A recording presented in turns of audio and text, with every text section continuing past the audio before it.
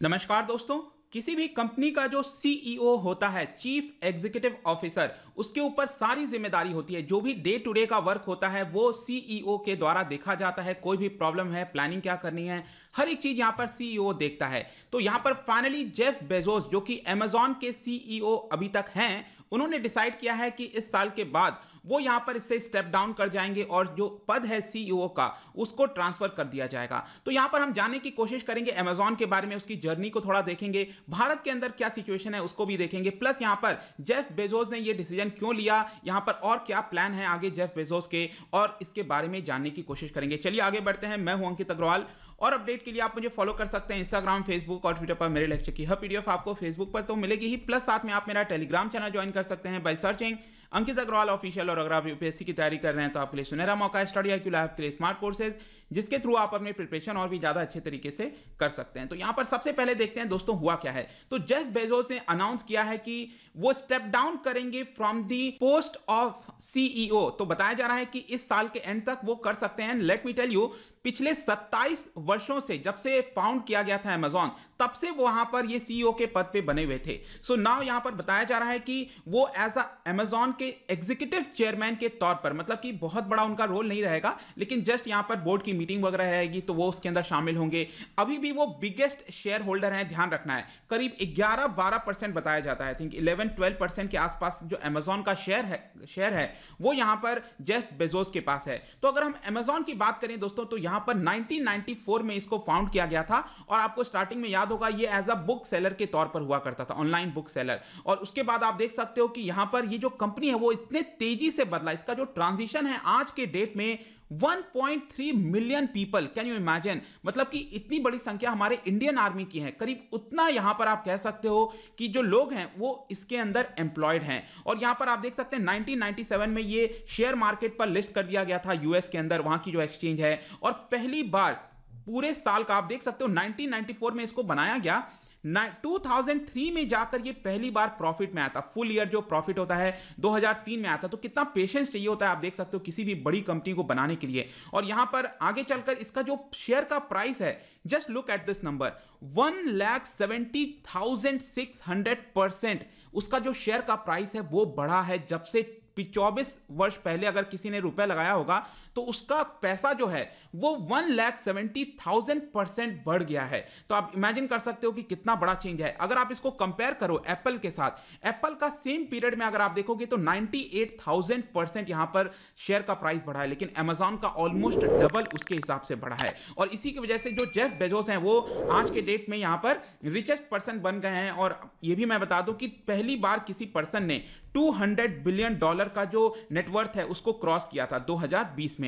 अब यहां पर बात आती है कि किसको वो ये सक्सेसर बना रहे हैं, मतलब जो सीईओ का पद है वो दिया जाएगा एंडी जेसी को। यहां पर आप देख सकते हो ये है एंडी जेसी। And let me tell you कि वो काफी ज्यादा करीबी माने जाते हैं जेफ बेजोस के। इनफैक्ट वो एक काफी बड़ा जो डिवीजन है अमेजॉन के अंदर क्लाउड कंप्यूटिंग से रिलेटेड, वो यहां पर इन्हीं के द्वारा चलाया जाता है। इनफैक्ट 2003 में उनको एज अ शैडो टेक्निकल के तौर पर अपॉइंट किया गया था, मतलब कि वो जेफ बेजोस जहां जहां भी जाते थे वो उनके साथ रहते थे, परछाई जिसको कहते हैं ना, शैडो की तरह, वो उसके साथ रहते थे। और कई लोगों का मानना था कि उन्हीं को यहां पर एज अ सक्सेसर बनाया जाएगा। और यहां पर आप देख सकते हो कि जो एंडी जेसी हैं वो यहां पर क्लाउड कंप्यूटिंग जो यूनिट है अमेजॉन वेब सर्विस, उसका उन्होंने एक तरह से ब्रेन माना जाता है उसके पीछे। तो इसको लॉन्च किया गया था 2006 में और ये काफी तेजी से बढ़ता जा रहा है। मतलब कि किसी भी पर्सन को अगर मुझे सर्विस चाहिए क्लाउड कंप्यूटिंग से रिलेटेड तो अमेजॉन मुझे एज अ मतलब किराए के तौर पर कुछ देर के लिए दे सकता है। जैसे कि हम बचपन में वो करते थे ना, साइबर कैफे वगैरह जाया करते थे, 1 घंटा हाफ एन आवर इस तरह से हम यूज करते थे। तो वैसा ही जो अमेजॉन वेब सर्विस है वो क्लाउड कंप्यूटिंग अब यहां पर देना स्टार्ट कर रहा है। भारत के अंदर भी यहां पर सरकार के साथ पार्टनरशिप हुई है अमेजॉन वेब सर्विस को लेकर।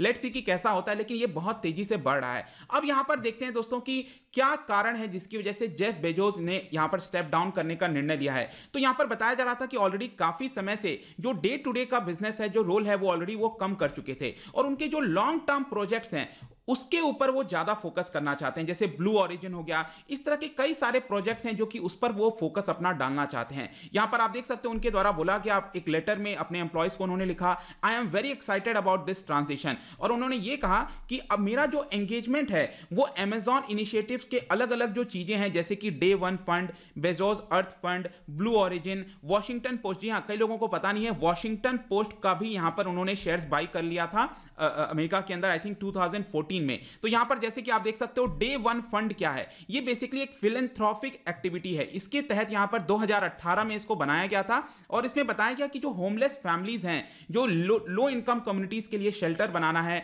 उनके लिए यहां पर ये पैसा प्रोवाइड करेंगे। ब्लू ओरिजिन बेसिकली क्या है कि रीयूजेबल लॉन्च व्हीकल के तहत जो स्पेस में चीजें जाती हैं उसको चीपर कॉस्ट में, काफी सस्ते दाम पर वो भेजने का यहां पर एम रखते हैं। और इसके अलावा जो बेजोस अर्थ फंड है, तो ये बेसिकली क्या है, अर्थ फंड के तहत यहां पर क्लीन जो अर्थ है, एनवायरमेंट जो है फ्रेंडली चीजें होनी चाहिए। तो साइंटिस्ट, एक्टिविस्ट, नॉन प्रॉफिट जो कि एनवायरमेंट पर ध्यान देते हैं, उनको यहां पर कई सारे फंड वो देने का प्लेज किया है उन्होंने, $10 बिलियन वो देंगे। तो इस तरह की जो एक्टिविटीज हैं वो अपना फोकस अब इसके अंदर लाना चाहते हैं। तो ये मेन कारण है। आई होप कि यहां तक समझ में आ गया होगा। लेकिन जाने से पहले यहां पर अमेजॉन का जिस तरह से रफ्तार बढ़ता जा रहा है भारत के अंदर, तो डेफिनेटली हमें इसके बारे में भी पता होना चाहिए, क्योंकि आपको पता होगा कि चाइना के अंदर वो जब गए थे, अमेजॉन गया था, तो वो कंपीट नहीं कर पाया और वो चाइना से एक तरह से लूज कर गया। तो इसीलिए यहां पर भारत, क्योंकि नेक्स्ट यहां पर सबसे बड़ा आबादी का देश है, यहां पर सबसे ज्यादा आपको डिमांड देखने को मिलेगी। तो यहां पर अभी तक अगर आप देखोगे तो $6.5 बिलियन तक का इन्वेस्टमेंट का कमिटमेंट किया जा चुका है अमेजॉन के द्वारा, और यहां पर ई कॉमर्स से लेकर हर एक चीज में जा चुका है अमेजॉन। और आप देख सकते हो कि पिछले साल यहां पर जो जेफ बेजोस आए थे भारत के अंदर, तो उन्होंने कहा कि 21st सेंचुरी भारत की सेंचुरी होगी, देश के अंदर एनर्जी है, डायनामिज्म है, और यहां पर मैं जहां जाता हूं मुझे ग्रोथ की पोटेंशियल देखने को मिलती है, ये देश मेरे लिए स्पेशल है। ऐसी ऐसी बातें उन्होंने कही थी पिछले साल। ऑब्वियस सी बात है कि उनको अपना बिजनेस करना है, इस तरह से चीजें कहेंगे, लेकिन ठीक है, हमारे देश के लिए अगर जितना ज्यादा इन्वेस्टमेंट आएगा, कंपटीशन होगा, भारत में प्रोडक्ट्स ज्यादा बेटर बनेंगे, अच्छी बात है। आप देख सकते हो 2013 में पहली बार शुरुआत करता है अमेजॉन भारत के अंदर, और यहां पर 2014 में आप देख सकते हो $2 बिलियन का इन्वेस्टमेंट का निर्णय लिया गया। 2016 में जाकर यहां पर 2 आवर्स की जो ग्रोसरी डिलीवरी है, जो कि 2019 में इसका नाम चेंज हो जाता है अमेजॉन फ्रेश के नाम से। फिर 2016 में आप देख सकते हो यहां पर एडिशनल $3 बिलियन का प्लेज किया गया। आगे चलकर जो प्राइम मेंबरशिप है अमेजॉन के अंदर, इसको भी जुलाई 2016 में लॉन्च की गई। फिर दिसंबर के महीने में यहां पर जो पे है, अमेजॉन पे बैलेंस जो पेमेंट सर्विस है भारत के अंदर, वो लॉन्च किया गया। आज के डेट में जो आप देखते हो अमेजॉन प्राइम वीडियो, ये भी 2016 में किया गया। तो बहुत सारे इनिशिएटिव आप कह सकते हो 2016 में लिए गए थे अमेजॉन के द्वारा। फिर 2018 में आप देख सकते हो आदित्य बिरला के साथ यहां पर उनका जो रिटेल चेन है, आप देखते होगे मोर के नाम से चलता है, वो भी यहां पर खरीद लिया था 4000 करोड़ के आसपास। और आज के डेट में फ्यूचर रिटेल, अमेजॉन और रिलायंस के बीच में जो प्रॉब्लम चल रही है, वो 2019 में यहां पर डील हुई थी, उसको लेकर चल रहा है। आगे चलकर अगस्त 2019 में अमेजॉन ने विश्व का सबसे बड़ा कैंपस हैदराबाद के अंदर ओपन किया था। और फिर 2020 में आप देख सकते हो यहां पर कई सारे इनिशिएटिव्स बताए गए हैं, जिसमें बोला गया है कि 2025 तक 10,000 इलेक्ट्रिक व्हीकल्स अमेजॉन यूज करेगा अपने डिलीवरी फ्लीट के साथ। जो भी डिलीवरी आपके घर तक आती है, तो इलेक्ट्रिक व्हीकल्स का इस्तेमाल किया जाएगा, ऐसा अमेजॉन ने प्लेज लिया है। तो ये है पूरा दोस्तों वीडियो रिगार्डिंग जेफ बेजोस ने जो डिसीजन लिया है स्टेप डाउन का। इससे रिलेटेड जितनी भी जानकारी थी मैंने आपको दे दिया है। जाने से पहले मैं आपके लिए क्वेश्चन लेकर आया हूं, आपको बताना है कि ये जो पर्टिकुलर फंड है, बायो कार्बन फंड, ये किसके द्वारा मैनेज किया जाता है। बहुत इंपॉर्टेंट क्वेश्चन है। इसका जो राइट आंसर मैं अपने इंस्टाग्राम पर तो डालूंगा ही, अगर आप इंस्टा पे नहीं हो कोई बात नहीं, टेलीग्राम से ले सकते हैं। मैं यहां पर कई सारे एमसीक्यूज डालता रहता हूं स्टोरीज के फॉर्म में, आप जाकर प्ले कर सकते हो। अगर आप मुझसे इकोनॉमी पढ़ना चाहते हैं, कोई भी कोर्स परचेज करना चाहते हैं, स्टडी IQ ऐप पर जा सकते हैं। आई होप कि वीडियो आपको पसंद आया होगा। मिलता हूं आपसे next time. Till then, thank you very much, see you soon.